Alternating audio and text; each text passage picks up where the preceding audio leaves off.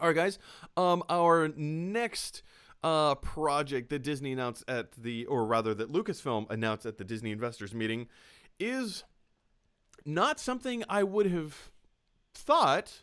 Uh, but I guess we're getting a buddy series in R2D2 and C3PO in a droid story. Again, from this article in Comic Book Resource, along with a number of live action projects, A Droid Story will be a new animated series coming to Disney Plus. Produced by Lucasfilm Animation and Industrial Light and Magic, the show will start on the most iconic duo of droids in Star Wars history, C3PO and R2D2. There will also be a new hero, but they are unknown at the time of this writing, as is the release date.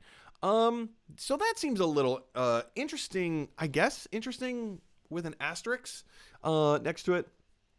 I'm all for expanding the Star Wars universe and kind of going off in different adventures and whatever. And I understand it's an animated series about some of the most beloved characters, R2D2 and C3PO, which let's rewind like 40 years and go back to 1977 for a second. What do you think, like, if you were to tell George Lucas, hey, listen, these two silly robots that you've created are going to be so culturally huge. Like, they're eventually going to have an animated television series on a streaming service, and he's gonna scratch his head and say, "What's a streaming service?" Like, it's mind blowing. It's mind blowing to me where we're at with this. Because again, in my lifetime, I was able to see the whole progression. Maybe not the whole progression from 1977, but I've been able to see the vast majority of the progression of how Star Wars has become kind of like an indie cult, because it kind of was. Eric, do you remember, like yes, it was huge, it was massive, but in the late 80s, early 90s, if you were into Star Wars, it had kind of receded a little bit. The polished nature had been worn off. It still had its hardcore fans, but it kind of became like this nerdy thing of like, if you're a bro, okay, yeah, you like Star Wars, but you don't want to admit that you like Star Wars, you know? Yeah, you didn't talk about it in Yeah. public for It's like sure. Fight Club. Yeah. Yeah, I mean that's the culture now. So we get to literally talk about this in public, It's wonderful. and people are interested Wonderful. in it because they are also just as nerdy as we are. I'm actually this is a show that I'm inspired by because I think the droids have always been really fun, and once again, Star Wars has never shied away from showing us different droids in different ways and doing different things.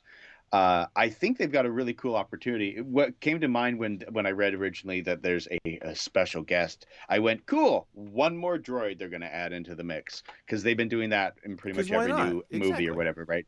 They've got the new one. But I was thinking, what if they did something like Amy Sedaris's character from Mandalorian, who we've obviously seen have a fun relationship with Mm-hmm. droids, and she's just delightfully fun, and Mandalorian's put in a lot of comedian character actors into their mix. I mean, I would totally watch an Amy Sedaris mixing with a protocol droid combo on a regular basis with R2 beeping in the corner the whole time. Well, actually, R2's getting everything done. Amy is being sassy. C3PO's trying to be his best possible thing. It's not a bad And C3PO impression there. Why, thank you, thank you.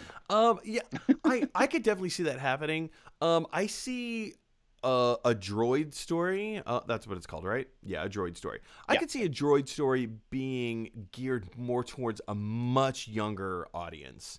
Kind yes. of like uh, pre 7 year old, maybe from like 5 to 7, Oh, like really really young. Um, let's learn the alphabet through the planets. A is for Alderaan. Kind Yeah, of, that's her yeah. mentality. I mean, maybe not necessarily in such an educational way, more of an entertainment way, but I could definitely see how this could be, because they're old characters. They're not new characters. We've seen them Yeah, they for show up in quite they've been everything. Um, they've literally been in every movie. yes. I They've mean, who knows where we'll see them again? I know there's trivia that at the end of one film they did not make an appearance at the end of one film, and I can't. I believe is it Solo? No,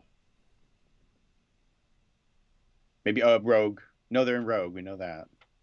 I don't know. Yeah. Yeah, it's in there somewhere. But I definitely could see this being like a much younger audience type thing to get children a little bit more invested in the Star Wars universe because they are putting so much time and effort into this. If you can get them while they're young, if you can hook them with something, and then let them kind of grow up a little bit more into it, I think that because again, like one of the problems with my 7-year-old niece is, ever since she was a small child, my brother kept trying to be like, "Hey, Star Wars! Hey, oh, look, there's Rey. Here's a female character for you to identify with. Don't you want to play with Rey dolls?" And she's like, "No, it's Star Wars. I don't want to do Star Wars. I'm going to do pretty princesses." Well, it's funny. Go ahead, oh no, please. I was gonna say when Disney bought Star Wars, I remember that being a big thing that they made a very clear announcement. We have females on lockdown with our princesses. Star Wars gets to be the thing that we focus on with our male audience. And they did talk about the fact that they're looking at that younger audience to get them re-engaged. And I think you nailed it. That we're getting moments of being able to identify on screen with more and more strong female characters, and we're seeing some great ones in Mandalorian. But I tried an episode of Mandalorian with my daughter, and she wasn't on board with it because surprise, it's not the same. But I think you're right. A show for a younger audience would be delightful. Animation's always a great way to do it, and you've got two characters that have always been, in a way, a through line through the whole Star Wars universe, and really good storytellers. I mean, one of them is literally a storyteller for his job. Yep. So I think we get some really cool opportunities if this goes that direction. I was about to make a really bad joke and say, do you think that Kenny Baker is going to come back and reprise his role? That's a really bad joke. I don't even know if that's a joke.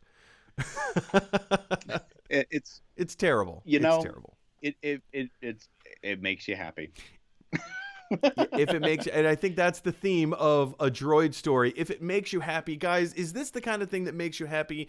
What direction do you think a droid story is going to take? Do you think they're going to focus on a much younger audience, or maybe a more intermediate audience? Where do you stand with that? What do you think the new droid is going to be that they're going to introduce? Is it going to be a droid that we've seen before, or a brand new creation? Jump on down to the comment section below and let me know your thoughts. Hey everybody, thanks for watching. If you like this video, click like. If you really like this video, click subscribe. And if you really, really like this video, click share. Because that is exactly what Scrooge McDuck would want you to do. DuckTales, woo!